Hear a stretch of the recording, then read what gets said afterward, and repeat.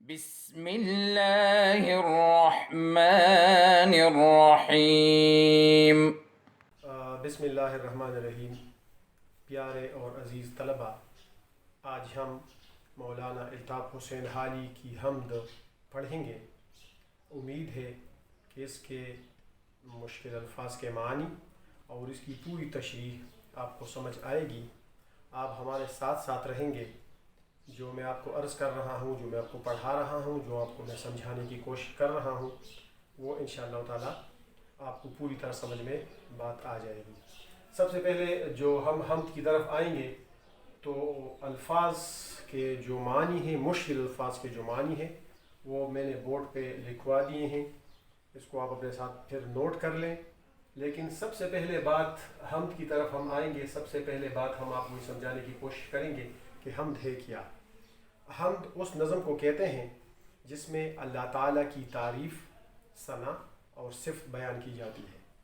اللہ تعالیٰ کے جو صفاتی نام ہیں، اللہ تعالیٰ جو اس کائنات کے ہر چیز پہ قادر ہے، ان تمام صفات، ان تمام اللہ تعالیٰ کی جو گرفت میں ہے یہ کائنات، ان تمام چیزوں کے بارے میں اللہ کے ساتھ اس کے نسبت جوڑنے کو اور ہر چیز میں اللہ تعالیٰ کی قدرت ڈھونڈنے کو اور اس قدرت کو پھر شعر کی صورت میں، نظم کی صورت میں بیان کرنے کو کیا کہتے ہیں؟ حمد کہتے ہیں۔ الطاف حسین حالی اپنی اسلامی شاعری کی وجہ سے شہرت رکھتے ہیں۔ ان کا ایک بہت بڑا کارنامہ مسدس مد و جزر اسلام لکھنا ہے۔ سر سید احمد خان فرماتے ہیں کہ جب قیامت کے دن اللہ تعالیٰ مجھ سے پوچھے گا کہ تم دنیا میں کون سا اچھا کام کر کے آئے ہو، تو میں اللہ کو بتاؤں گا کہ میں حالی سے مسدس لکھوا لایا ہوں۔ مولانا حالی کی مسدس نے اس زمانے میں جو بر صغیر کے مسلمانوں کی خراب حالت تھی، گری ہوئی حالت تھی، جو ایک طرح کی غلامی کی زندگی گزار رہے تھے، انگریزوں نے پورے بر صغیر کو اپنے قبضے میں لے رکھا تھا، اس سے نجات دلانے کے لیے اور مسلمانوں میں دوبارہ اسلامی غیرت پیدا کرنے کے لیے مولانا حالی کی شاعری نے بہت اکثیر کا کام کیا ہے۔ اس کا بہت بڑا کنٹریبیوشن ہے۔ لیکن یہاں پہ جو حمد ہے، ہم اس کی طرف آئیں گے اور کسی شعر کو سمجھنے کے لیے دو باتیں اپنے ساتھ آپ نوٹ کر لیں عزیز طلبہ۔ پہلی بات یہ ہے کہ اس شعر کے معنی آپ کو آتے ہوں، اس شعر میں جو مشکل الفاظ ہیں ان کے معنی آپ کو اچھی طرح سے آتے ہوں۔ دوسری اہم بات جو اس سے بھی اہم ہے وہ یہ ہے کہ اس کی قرأت آپ صحیح انداز میں کر سکتے ہیں۔ کسی شعر کو ٹھیک طریقے سے پڑھنا، اس کی قرأت کرنا، یہ انتہائی ضروری ہے۔ تو جن اشعار کی میں آج تشریح کر رہا ہوں اس کلاس میں، ان شعر کو پہلے میں صحیح طریقے سے آپ کو پڑھانے کی کوشش کرتا ہوں کہ کس طرح آپ شعر کو پڑھیں گے۔ تو عزیز طلبہ، یہ دیکھیں حمد ہے۔ حمد کا پہلا شعر ہے: قبضہ ہو دلوں پر کیا اور اس سے سوا تیرا، ایک بندہ نافرما ہے حمد سرا تیرا۔ گو سب سے مقدم ہے حق تیرا ادا کرنا، بندے سے مگر ہوگا حق کیوں کر ادا تیرا۔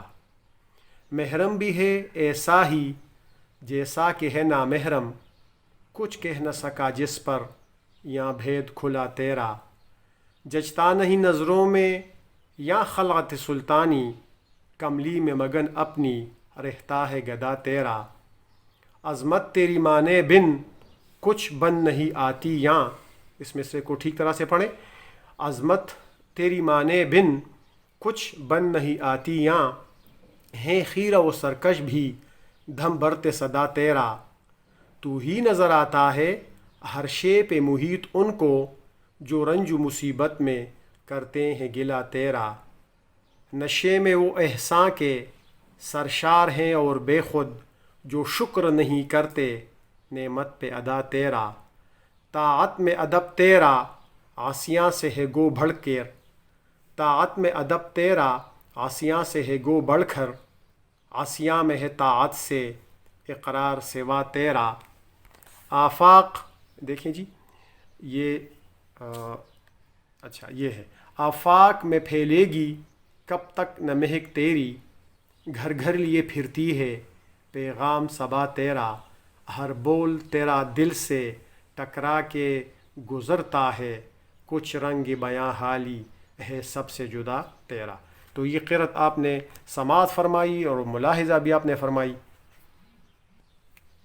اب دیکھتے ہیں جی اس حمد کے ہم نے پہلے معنی لکھے، حمد کی تعریف ہم نے کی، پھر ہم کے جو اشعار ہیں وہ ایک ایک کر کے ہم نے اس کی قرأت کی، ان اشعار کو آپ کی سماعتوں تک پہنچایا. اب دیکھتے ہیں ایک ایک شعر کی اب تشریح کریں گے. قبضہ ہو دلوں پر کیا اور اس سے سوا تیرا، ایک بندہ نافرما ہے حمد سرا تیرا. حالی حمد کے اس پہلے شعر میں اللہ تعالیٰ سے اپنی نسبت اور اللہ تعالیٰ کے ساتھ اپنی نزدیکیت کا ذکر کرتے ہیں کہ اے میرے رب، میرا شمار ان بندوں میں ہے، میں ان بندوں میں سے ایک ہوں جنہوں نے ساری زندگی آپ کی نافرمانی کی ہے.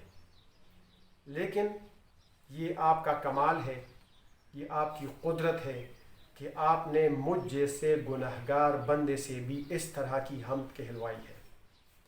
آپ نے مجھے یہ توفیق عطا فرمائی کہ میں ایک گنہگار بندہ تھا، ایک بندہ نافرمان، میں ایک بندہ نافرمان ہوں. اب بھی وہ اپنی گناہوں کا اقرار کر رہے ہیں مولانا حالی، لیکن دوسری طرف اسے یقین ہے کہ وہ غفور الرحیم، معاف کرنے والی ذات ہے. ہم سرا، میں ہم سرا ہو گیا. میں اس طرح بھولا بھٹکا شاعر تھا، لیکن میں نے آپ پہ اتنی پیاری اور بہترین ہم جو ہے وہ لکھ دی ہے. تو یہ آپ کا کمال ہے، یہ آپ کی دین ہے. مولانا ظفر علی خان نے کہا ہے نا، یہ اس کی دین ہے جسے پروردگار دے. تو یا اللہ تعالیٰ، یہ آپ کا مجھ پہ بہت بڑا احسان ہے کہ آپ نے میرے دل پہ قبضہ کر لیا. آپ جس کو چاہتے ہیں ہدایت دے دیتے ہیں. تو میں اتنا زیادہ گنہگار انسان ہوں، اپنی گناہوں کا مجھے اعتراف ہے، لیکن اس کے باوجود آپ اتنے رحیم و کریم ہیں اور آپ مجھ پہ اتنے زیادہ مہربان ہوئے کہ آپ نے مجھ جیسے گنہگار شاعر سے بھی اتنی پیاری اور عمدہ ہم جو ہے وہ کہلوائی ہے. دراصل شاعر یہ کہنا چاہتے ہیں کہ کوئی بھی انسان، دیکھیں شعر جو بھی ہوتا ہے اس کے پیچھے ایک پورا پس منظر ہوتا ہے. شاعر کے کہنے کا مطلب یہ ہے کہ جب مجھ جیسا گنہگار انسان اللہ تعالیٰ اپنی ثنا کے لیے منتخب کر سکتا ہے، تو کوئی بھی گنہگار انسان اگر توبہ تائب ہو کے اللہ کی طرف رجوع کرے، اللہ کی طرف آئے، تو اللہ کی ذات ایسی ہے کہ وہ کسی کو بھی مایوس نہیں کرتا، وہ کسی کو بھی اپنے در سے دتکارتا نہیں ہے، وہ کسی کو بھی ریجیکٹ کرنے والا نہیں ہے. تو یہ اللہ کا بہت بڑا کرم ہے اور اللہ کا مجھ پہ کرم خاص ہے. قبضہ ہو دلوں پر کیا اور اس سے سوا تیرا، کہ آپ نے دوسروں کو جو آپ نے ہدایت دی ہے ان میں سے آپ نے مجھے بھی چن لیا اور میرا دل بھی مکمل طور پر آپ کے قبضے میں آ گیا. دیکھیں مسلمان کا جو دل ہوتا ہے وہ اگر صاف ہو جائے، یہ ایک ایسا بت خانہ ہے جس میں ہم نے ادھر ادھر کی دوسری بہت سی چیزیں، دوسرے دنیاوی بت ہم نے وہاں پہ سجا رکھے ہیں. تو اگر دل کا آئینہ صاف ہو جائے تو پھر ساری سوچیں، ساری رہن سہن اور ارد گرد کی تمام چیزیں آپ کو دل صاف ہو تیرا تو ہے آئینہ خانہ کیا. آتش کا مصرع ہے خواجہ حیدر علی آتش کا. تو میں نافرمان بندہ تھا، یا اللہ آپ نے مجھے چن لیا، میں اس پہ آپ کا بہت زیادہ شکر گزار ہوں. دوسرے شعر کی طرف آتے ہیں. گو سب سے مقدم ہے حق تیرا ادا کرنا. یا اللہ تو نے انسان کو اس دنیا میں کس مقصد کے لیے بھیجا ہے؟ عبادت کرنے کے لیے بھیجا ہے. وما خلقت الجن والانس الا لیعبدون، کلیئر کٹ قرآن کریم میں ہے، آیت ہے کہ اللہ تعالیٰ نے جنوں اور انسانوں کو کس لیے پیدا کیا ہے؟ عبادت کے لیے پیدا کیا ہے. تو ہماری سب سے پہلی ڈیوٹی کون سی ہے؟ ہم پہ سب سے پہلا فرض کیا ہے؟ ہم پہ سب سے پہلا فرض یہ ہے کہ ہم اللہ تعالیٰ کی اطاعت کریں، اللہ تعالیٰ کی بندگی کریں. 5 وقت کی نمازوں کے علاوہ جو اوامر ہے اور جو نواہی ہیں، جن کاموں سے اللہ تعالیٰ نے ہمیں منع کیا ہے اور جن کاموں کے کرنے کا ہمیں حکم دیا ہے، امر بالمعروف اور نہی عن المنکر، تو وہ چیزیں ہمیں کرنی ہیں اور اسی راستے پہ ہم نے جانا ہے جو اہدنا الصراط المستقیم ہے. گو سب سے مقدم ہے حق تیرا ادا کرنا. لیکن کیا ہے؟ مولانا حالی یہ اقبال جرم بھی کرتے ہیں، یہ اعتراف بھی کرتے ہیں بندے سے مگر ہوگا حق کیوں کر ادا تیرا، میں ایک گنہگار بندہ ہوں، میں ایک عاجز انسان ہوں، مولانا حالی کہتے ہیں یا اللہ آپ بہت بڑے رحیم اور کریم ہیں، میں ایک عاجز انسان ہوں، تو پھر ایک عاجز بندہ کہاں تک آپ کا حق ادا کر سکتا ہے؟ کوئی شخص بھی یہ دعویٰ نہیں کر سکتا، اگر کوئی انسان ہے تو وہ یہ دعویٰ نہیں کر سکتا کہ میں نے اللہ تعالیٰ کی حق بندگی مکمل طور پر ادا کی ہے، بلکہ ہم تو بھولے بھٹکے ہیں، کہیں ادھر ادھر سجدہ لگا لیا، کہیں پہ نماز پڑھ دی، کہیں پہ کسی کے کام آئے، کہیں پہ کیا کر لیا، کہیں پہ تھوڑی سی نیکی کسی کے ساتھ کی، لیکن عام طور پہ ہماری زندگی گناہوں میں لتڑی ہوئی ہے۔ اس وجہ سے مولانا حالی اپنی اس شکست کا اعتراف کرتے ہیں کہ جس کام کے کرنے کو تو آیا تھا اے نذیر، نذیر اکبر آبادی کا شعر ہے کہ جس کام کے کرنے کو تو آیا تھا اے نذیر، خانہ خراب تجھ سے وہی کام رہ گیا، تو وہ کام ہم نے اسی طریقے سے نہیں کیا، کیونکہ ہم انسان ہیں اور انسان غلطی کا پتلا ہے۔ بندے سے مگر ہوگا حق کیوں کر ادا تیرا، یہ ممکن ہی نہیں ہے کہ ہم اللہ تعالیٰ کی بندگی کو مکمل طور پر ادا کر لیں اور بندگی کا حق جو عبادت کا صحیح حق ہے وہ ہم ادا کر لیں۔ تیسرے شعر کی طرف آتے ہیں، محرم بھی ہے ایسا ہی جیسا کہ ہے نامحرم، یہ مجرم آپ نہ کریں اور یہ محرم جو ہے اس کو محرم آپ نہ پڑھیں، یہ بالکل فاش غلطی ہے، واضح غلطی ہے۔ اس کو وہ شعر بھی آپ لوگوں نے سنا ہوگا کہ میں دعا لکھتا رہا وہ دغا پڑھتا رہا، میں دعا لکھتا رہا، دعا، وہ کیا کر رہا تھا، وہ دغا پڑھتا رہا، دغا کا مطلب ہے دھوکہ، میں دعا لکھتا رہا وہ دغا پڑھتا رہا، ایک نقطے نے، نقطہ ڈاٹ، اے نقطے نے ہمیں محرم سے کیا کر دیا، مجرم کر دیا، مجرم۔ تو یہ ایک نقطہ کیا کر لیتا ہے، پورے معنی جو ہے وہ بگاڑ لیتے ہیں۔ یہاں پہ محرم اس شخص کو کہتے ہیں جس سے انسان ستر نہ کرے، دوست کو کہتے ہیں، مثال کے طور پہ آپ کے گھر میں آپ کے والدین ہیں، آپ کی بہنیں ہیں، آپ کی وہ ہیں، آپ کے بھائی ہیں، یہ سب آپ کے لیے کیا ہے، یہ آپ کے لیے محرم ہیں، یہ آپ کے دوست ہیں، اس سے آپ کا پردہ نہیں ہے۔ حج کے دنوں میں بھی آپ لوگ دیکھتے ہیں کہ وہ محرم اور نامحرم کا سوال آ جاتا ہے، تو نامحرم جس سے انسان پردہ کرتا ہے، جس کے ساتھ سفر کرنا، جس کے ساتھ باتیں کرنا، جس کے ساتھ ملاقات کرنا بالکل شریعت نے ممنوع قرار دیا ہے۔ تو یہ دیکھیں، محرم بھی ہے ایسا ہی جیسا کہ ہے نامحرم، کچھ کہہ نہ سکا جس پر یہاں بھید کھلا تیرا، اللہ تعالیٰ تک پہنچنا کسی انسان کے بس کی بات نہیں ہے۔ اللہ تعالیٰ کی نشانیاں ہیں، ان نشانیوں میں ہم اللہ تعالیٰ کو ڈھونڈنے کی کوشش کرتے ہیں، لیکن ہمیں ناکامی کے سوا کچھ بھی نظر نہیں آتا۔ اب جو لوگ اللہ تعالیٰ کے قریبی بندے ہیں، مقرب بندے ہیں، ولی اللہ ہیں، وہ بھی ہمیں یقین ہے کہ وہ اللہ کے پہنچے ہوئے لوگ ہیں، پہنچے ہوئے بزرگ ہیں، لیکن وہ لوگ بھی اے اللہ تعالیٰ جو آپ کے محرم ہیں، جو آپ کے دوست ہیں، جو آپ کے ولی ہیں، وہ لوگ بھی آپ کے بارے میں بہت توڑا جان چکے ہیں، اور پھر ہم جیسے نالائق اور ہم جیسے اللہ تعالیٰ سے دور اور ہم جیسے شریعت کو توڑنے والے اور ہم جیسے شریعت کو فالو نہ کرنے والے، تو پھر ہم بھی اور وہ دونوں، ہم دونوں برابر ہیں، محرم بھی اگر ہیں اور نامحرم بھی ہیں، تو دونوں آپ کی ذات بابرکات کے بارے میں وثوق کے ساتھ کوئی بات نہیں کہہ سکتا۔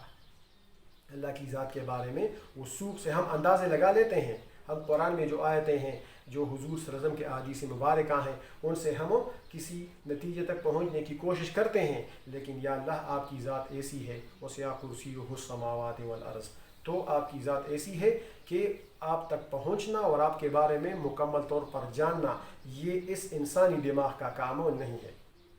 ایک عالم کو جتنا آپ چاہتے ہیں الا بما شاء، ایک عالم کو آپ اتنا علم عطا کر دیتے ہیں، لیکن اس کے علم کی بھی ایک حد ہوتی ہے، اس کی علم بھی کسی نقطے پہ پہنچنے کے بعد ختم ہو جاتی ہے، اس کے بعد جو ہے لا الہ الا اللہ محمد رسول اللہ کا سفر جو ہے وہ شروع ہو جاتا ہے۔ تو آپ کے بارے میں جاننے والے اور نہ جاننے والے دونوں برابر ہیں، کیونکہ کوئی بات وثوق سے نہیں کہہ سکتا کہ آپ کا بھید جس پہ کھلا ہے، آپ کے راز جس پہ منکشف ہوئے ہیں، جو کشف ہوا ہے، تو وہ بھی آپ کے بارے میں وثوق کے ساتھ ایتھنٹک بات جو ہے وہ نہیں کہہ سکتا۔ چوتھے شعر کی طرف آتے ہیں جی، ججتا نہیں نظروں میں یا خلعت سلطانی، کملی میں مگن اپنی رہتا ہے گدا تیرا۔ اس میں اس پھٹے پرانے لباس پہنے ہوئے، موٹی چادر پہنے ہوئے فقیر کے بارے میں کہہ رہا ہے جو دل کا غنی ہے، جو اللہ تعالیٰ کا مقرب بندہ ہے، جس نے اللہ تعالیٰ کی ذات بابرکات تک رسائی حاصل کرنے کے لیے اپنے آپ کو تقویداری اور متقی بن گیا ہے۔ وہ دن رات اللہ تعالیٰ کی رضا کے لیے محنت کرتا ہے، اس کو پانے کی کوشش کرتا ہے، نمازیں پڑھتا ہے، لوگوں کے کام آتا ہے، شریعت کے تمام احکامات کی وہ کیا کرتا ہے، وہ پیروی کرتا ہے۔ اگرچہ اس نے پھٹی پرانی چادر پہنی ہے، موٹی چادر اس نے زیب تن کی ہے، اس کے کپڑوں میں پیوند ہے، لیکن وہ کیا ہے، ان کی نظروں میں جو بادشاہی لباس ہے، جو شاہی لباس ہے، جو زرق برق لباس ہے، جو شاہی تاج ہے جس پہ ہیرے جواہرات لگے ہوئے ہیں، اور اتنا قیمتی لباس بادشاہ نے پہنا ہے کہ جس کی قیمت کسی کے پاس نہیں ہے، وہ اس فقیر کو اس بادشاہی والے لباس کے ساتھ کوئی سروکار نہیں ہے۔ اس فقیر کو یا اللہ تیری ذات پہ اتنا بھروسہ ہے کہ وہ اپنی دنیا میں مگن ہے، اپنی دنیا میں خوش ہے، اس کو پرواہ نہیں، اس کو بالکل پرواہ نہیں ہے کہ یہ شخص کتنا مالدار ہے۔ دیکھیں، جاہ و جلال اور مال، یہ اس دنیا میں تو لوگ شان و شوکت کی نشانی سمجھتے ہیں، لیکن اس دنیا میں بھی اور اس دنیا میں بھی جو بچنے کا واحد رستہ ہے وہ ہے تقوی اور پرہیزگاری۔ جو جتنا زیادہ پرہیزگار ہے وہ اللہ کے نزدیک سب سے زیادہ مقرب بندہ ہے، وہ اللہ کا سب سے قریبی اور سب سے پسندیدہ بندہ ہے۔ ایسا نہیں ہے کہ کسی کے پاس بہت زیادہ دولت ہے یا کسی نے بہترین لباس جو ہے وہ زیب تن کیا ہے، تاج ہے، اس کے پاس گاڑیاں ہیں، اس کے پاس کوٹھی ہے، اس کے پاس بنگلے ہیں، اس کا بینک بیلنس ہے، قارون سے زیادہ بینک بیلنس کسی کا نہیں تھا، لیکن کیا ہو گیا، اللہ تعالیٰ نے اس کو غرق کر دیا، اس کے مال اور اس کے جو خچر تھے اور اس کے جو چابیاں تھی اور اس کے اتنے زیادہ خزانے تھے اور اس کا جو سونا تھا، اس کے جواہرات تھے، اب بھی وہ نیچے جا رہا ہے، قیامت تک وہ زمین کے تہ میں نیچے جاتا رہے گا۔ قارون لٹ گیا جی، قارون کا صرف نام رہ گیا، لیکن جو متقی ہے، جو حضرت عمر ہے اور جو یاران مصطفیٰ ہیں، وہ رہتی دنیا تک یوں ہی ہمیشہ اچھے الفاظ میں یاد رکھے جائیں گے۔ تو کیا جچتا نہیں نظروں میں یا خلعت سلطانی، ان کی نظروں میں شاہی لباس کی کوئی قدر و قیمت نہیں ہے۔ کملی میں مگن اپنی رہتا ہے گدا تیرا، اور تیرا جو فقیر ہے، جو متقی ہے، جو پرہیزگار ہے، وہ پھٹی پرانی چادر پہن کے، موٹی چادر پہن کے، میلی چادر پہن کے خوش رہتا ہے اور کسی کو، بڑے بڑے بادشاہوں کو وہ خاطر میں نہیں جاتا۔ پانچواں شعر، عظمت تیری مانے بن کچھ بن نہیں آتیاں، ہیں خیر و سرکش بھی دم برتے صدا تیرا۔ اے میرے رب، تیری عظمت کے سامنے تمام چیزیں جو ہیں وہ جھکتی ہیں، یہ دریا، یہ پرندے، یہ چرندے، یہ ادھر ادھر کے جو آپ درخت دیکھتے ہیں، جتنی بھی چیزیں ہیں، یا اللہ یہ سب تیرے حضور سجدہ ریز ہوتے ہیں، صرف ایک انسان سرکش ہے، باقی تمام کائنات جو ہے وہ کیا کر دیتی ہے، وہ اللہ تعالیٰ کی حمد اور ثنا جو ہے وہ گا رہی ہوتی ہے۔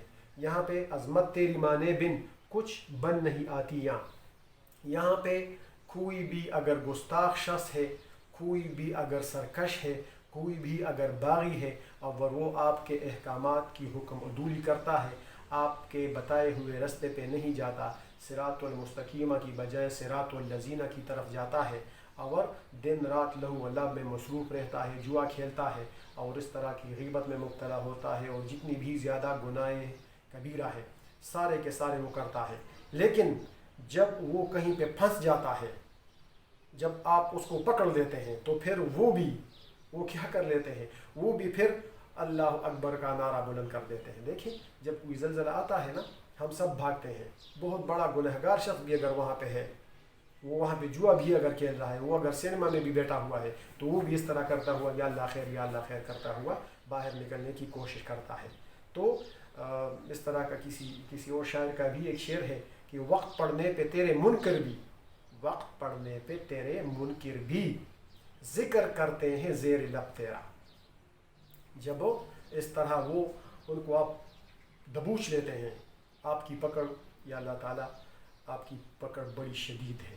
مولانا ظفر علی خان نے کہا ہے نا کہ نجا اس کے تحمل پہ، اللہ تعالیٰ تو چھوڑتا ہے بندے کو، آہستہ آہستہ چھوڑتا ہے، گناہ کرتا رہتا ہے، لیکن جب اس کو پکڑ لیتا ہے، کھینچ لیتا ہے، تو پھر اس کی ڈھب بڑی سخت ہے۔ بجا اس کے تحمل پہ کہ ہے بے ڈب گرفت اس کی، ڈر اس کی دیر گیری سے کہ ہے سخت انتقام اس کا۔ اللہ تعالیٰ کا انتقام بڑا سخت ہے، اللہ تعالیٰ ہمیں بچائے اپنے انتقام سے۔ تو کیا عظمت تیری مانے بن کچھ بن نہیں آتی یہاں، وہ لوگ جو تیری عظمت کو مانتے نہیں ہیں، پہلے تسلیم نہیں کرتے، لیکن ان کو بھی آخر میں یہ بننا پڑتا ہے کہ تیرے بن، تیرے بغیر، یا اللہ تیری توحید کے بغیر، تیری لا الہ الا اللہ محمد رسول اللہ کے بغیر ان کی بھی گاڑی آگے نہیں بڑھتی، ان کی بھی زندگی کی گاڑی نہیں چلتی۔ تو ہے خیرہ و سرکش بھی دم بھرتے صدا تیرا، ایسے خیرہ و سرکش لوگوں کو، ایسے بڑے بڑے ظالم لوگوں کو، ایسے بڑے بڑے فاسق لوگوں کو، ایسے بڑے بڑے فاجر لوگوں کو بھی ہم نے دیکھا ہے کہ وہ بھی آخر میں توبہ طائب ہو جاتے ہیں اور اللہ کے قہر اور غضب سے پناہ مانگتے ہیں۔ دیکھیں آج کل کے حالات، دیکھیں یہ جو مسئلہ آیا ہے کورونا وائرس کا، اس کو بھی آپ کے آج کے حالات کے مطابق دیکھیں، بڑے بڑے تیر و سرکش لوگ تھے، انہوں نے بھی مسجدوں کی طرف رخ کر لیا۔ بڑے بڑے اس طرح اللہ کے نافرمان لوگ تھے، اس طرح اللہ کے باغی لوگ تھے، وہ بھی یا اللہ خیر اور یا اللہ خیر، یا اللہ رحم اور یا اللہ فضل کہتے ہوئے آپ کو نظر آئیں گے۔ تو یہ اللہ تعالیٰ آپ کا کرم ہے، یہ آپ کا کمال ہے کہ اس طرح بڑے بڑے لوگ جن کی گردنیں کبھی کسی کے سامنے نہیں جھکتی، آخر میں آپ کے سامنے سجدہ ریز ہو جاتی ہیں۔ میرا پیغمبر عظیم تر ہے اور میرا مالک عظیم ترین۔ عظمت تیری مانے بن کچھ بن نہیں آتیاں، ہے خیر و سرکش بھی دم بھرتے صدا تیرا، تو ہی نظر آتا ہے۔ 1 2 3 4 5 انشاءاللہ یہ باقی 5 شعر رہتے ہیں، اس کو ہم کل کریں گے۔ آخر میں ایک دفعہ پھر آپ اس کو پوری توجہ کے ساتھ سنیں، مشکل الفاظ کے جو معنی ہیں وہ اپنے ساتھ کاپی پہ لکھیں، جو تشریح میں نے کی ہے اشعار کو دیکھ کے وہ ساری تشریح آپ کا ہوم ورک ہے، وہ ساری تشریح آپ ان اشعار کے نیچے لکھیں اور پھر اسی تشریح کو یاد کرنے کی کوشش کریں۔ انشاءاللہ جب یہ اشعار امتحان میں آئیں گے یا زندگی کے کسی اور موڑ پہ آپ تقریر کر رہے ہوں، آپ کی کوئی تحریر لکھ رہے ہوں، تو انشاءاللہ یہ آپ کے بہت کام آئیں گی۔ آپ کا بہت بہت شکریہ۔ اللهم انفعنا بما علمتنا وعلمنا ما ينفعنا وزدنا علما۔